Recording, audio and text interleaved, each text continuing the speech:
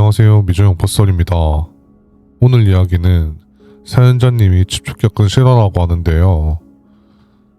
어떤 이야기인지 지금 바로 시청해 보겠습니다. 이야기 시청 전 멤버십 가입 한 번씩 부탁드리고요. 이야기 시작합니다. 이번 이야기는 경기도에 사는 20대 남성 지훈 씨에 관한 이야기입니다. 이 이야기에 나오는 이름은 가명을 사용토록 하겠습니다.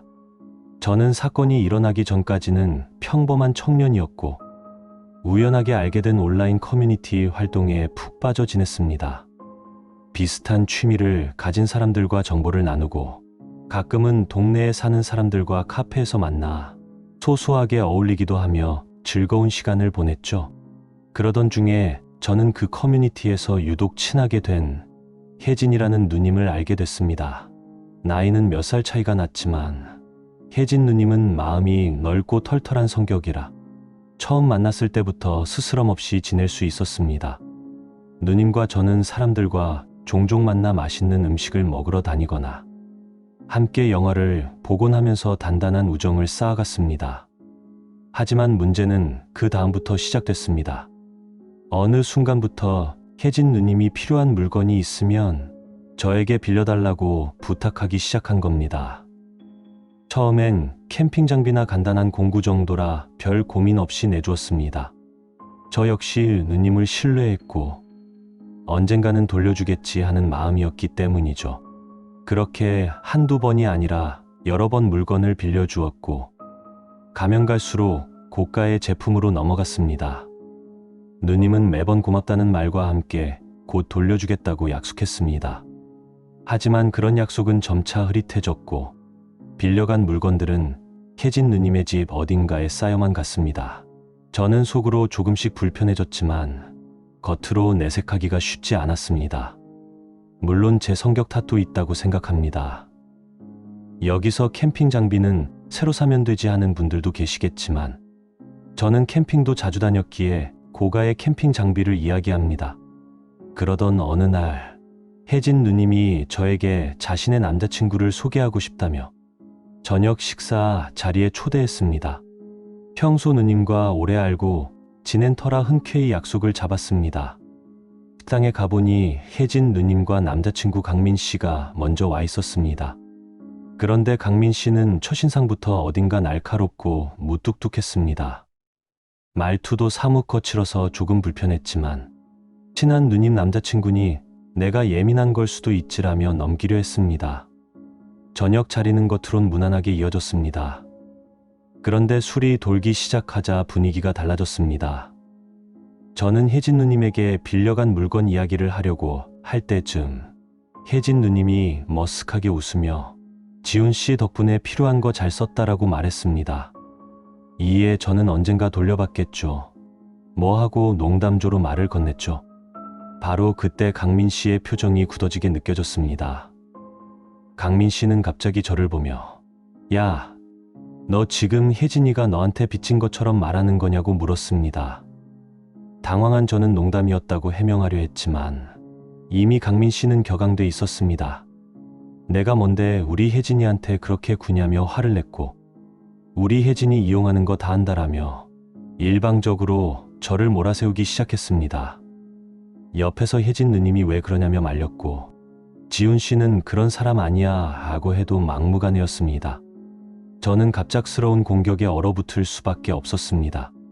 결국 그날 자리는 강민 씨의 폭언과 위협 때문에 엉망이 되었고 저는 힘겨운 기분으로 겨우 자리를 빠져나올 수 있었습니다.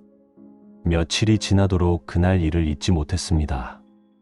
혹시 혜진 누님이 연락해서 사과하지 않을까 기대도 했지만 아무 소식이 없었습니다. 오히려 그 무렵부터 알 수 없는 불안감이 스며들기 시작했습니다. 퇴근길 골목에서 누군가 지켜보는 듯한 느낌이 들고 핸드폰으로는 모르는 번호로 전화나 욕설이 담긴 문자가 오기도 했습니다. 설마 강민 씨 아닐까라는 생각이 스쳤지만 직접적인 증거가 없으니 혼자 끙끙 앓을 수밖에 없었습니다. 저는 두려운 마음을 애써 외면하려 했지만 불안감은 점점 커져갔습니다. 그러던 어느 날 밤 한 통의 문자를 받았습니다. 혜진 누나가 보낸 문자였는데 내용을 보고는 어이가 없었습니다. 지훈 씨, 미안해. 오빠가 많이 취해서 그랬던 거야. 오빠가 지금 너한테 할 말이 있다고 하는데 혹시 우리 집 근처에 있는 카페로 와줄 수 있을까? 오빠도 미안해 하고 있어라는 문자가 왔습니다. 사실 저는 그 일 때문에 며칠 동안 제대로 잠도 못 자고 그날 강민 씨에게 당했던 수모와 협박 때문에 계속 불쾌감에 시달리고 있었습니다. 그래도 가서 사과라도 받아야지 하는 마음으로 밤늦게 약속 장소로 향했습니다. 카페에 도착하자 혜진 누나도 강민 씨도 보이지 않았습니다. 저는 혹시나 해서 문자를 다시 확인했습니다.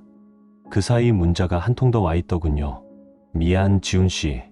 오빠가 잠깐 차에 두고 온 게 있다고 해서 가지러 갔어. 바로 옆 건물 주차장인데 거기 입구가 좀 찾기 어려울 거야. 주차장 입구에서 기다려줄래? 어둡긴 한데 주차장으로 들어가는 작은 문이 하나 있을 거야라며 했습니다. 왠지 모르게 기분이 석연치 않았지만 이미 늦은 시각이라 주변에 사람도 거의 없었습니다. 오히려 얼굴을 마주하고 커피를 마시고 싶진 않았던 터라 주차장에서 잠시 사과만 받고 빨리 집에 가야겠다 생각하며 주차장 입구로 발걸음을 옮겼습니다. 어둠이 가득한 주차장 입구는 인적도 없이 으스스했습니다. 작은 문을 열고 안으로 들어서자마자 바람이 불어 쾅 하는 소리와 함께 문이 닫혔습니다. 그와 동시에 어둠 속에서 반짝이는 금속이 머리 위로 빠르게 내리쳤습니다. 다행히 저는 순간적으로 몸을 피했고 떨어진 것은 다름 아닌 쇠파이프였습니다. 그리고 어둠 속에서 튀어나온 건 강민 씨더군요. 그는 미안한 기색 없이 섬뜩한 미소를 띠고 있었습니다. 강민 씨는 쇠파이프를 휘두르며 다가왔습니다. 내가 뭔데 우리 혜진이 옆에 얼쩡거리냐며 물었고 내가 너 같은 놈들 때문에 얼마나 힘들었는지 아냐며 고함질렀습니다. 오늘 여기서 끝을 보자며 광기 어린 눈빛으로 달려들었습니다. 저는 잡히면 죽는다는 심경으로 필사적으로 도망쳤습니다. 쇠파이프가 허공을 가르며 스치는 소리와 함께 강민 씨의 집요함이 느껴졌습니다. 온 힘을 다해 어둠 속에서 뛰어다닌 끝에 주차장 가장자리에서 비상벨을 발견했습니다. 저는 사력을 다해 비상벨을 눌렀고 삐삐삐 요란한 경보음이 주차장 전체에 울려 퍼졌습니다. 강민 씨는 놀라 주춤했고 그 틈을 놓치지 않고 비상구 계단을 향해 죽을 힘을 다해 달렸습니다. 정신없이 계단을 올랐고 마침내 외부로 통하는 문을 찾아냈습니다. 겨우 큰 길가로 뛰쳐나와 인근 편의점으로 들어가 경찰에 신고했습니다. 출동한 경찰이 주차장과 주변을 수색했지만 강민 씨는 이미 자취를 감춘 뒤였습니다. 그래도 강민 씨에게 분명히 폭행당할 뻔했고 살해 위협까지 느꼈다고 경찰에 진술했습니다. 경찰도 이를 바탕으로 본격적인 수사에 들어갔습니다.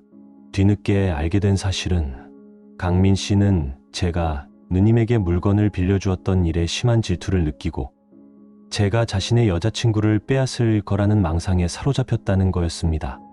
게다가 강민 씨가 저에게 보냈던 협박 문자들도 핸드폰에서 발견되었고 그날 누님의 문자도 강민 씨가 누님의 휴대폰을 들고 나와 저에게 연락을 했던 것이었습니다. 그의 범행이 계획적이었다는 사실이 확실해졌습니다. 혜진 누나는 여러 번 저에게 사죄했지만 이미 큰 두려움에 휩싸인 저에게는 그 어떤 말로도 위로가 되지 않았습니다. 사건 이후 저뿐만 아니라 혜진 누나도 온라인 커뮤니티 활동을 완전히 그만두었더군요. 혜진 누나는 자신 때문에 제가 위험에 처할 뻔했다는 죄책감과 믿었던 사람이 그런 끔찍한 일을 벌였다는 충격에 다시는 커뮤니티에서 사람을 만나는 걸 두려워하게 됐다고 혜진 누님 지인들에게 건너들었습니다. 그리고 시간이 좀 지나고 제가 자주 사용했던 커뮤니티에서 알게 된 사람에게 우연히 혜진 누님의 근황을 듣게 되었는데요. 요즘 혜진 언니가 캠핑 장비를 팔고 다닌다며 이야기했습니다. 저는 혜진 누님이 제일 소름 끼치고 괘씸하기도 했지만 물건보다는 제 목숨이 중요하다 생각하여 더 이상 엮이기 싫어서 물건을 포기했고 다시는 커뮤니티에서 사람을 만나지 않습니다. 오늘 이야기 어떠셨나요? 재미있으셨다면 구독, 좋아요 한 번씩 부탁드리겠습니다. 다음에 뵙겠습니다.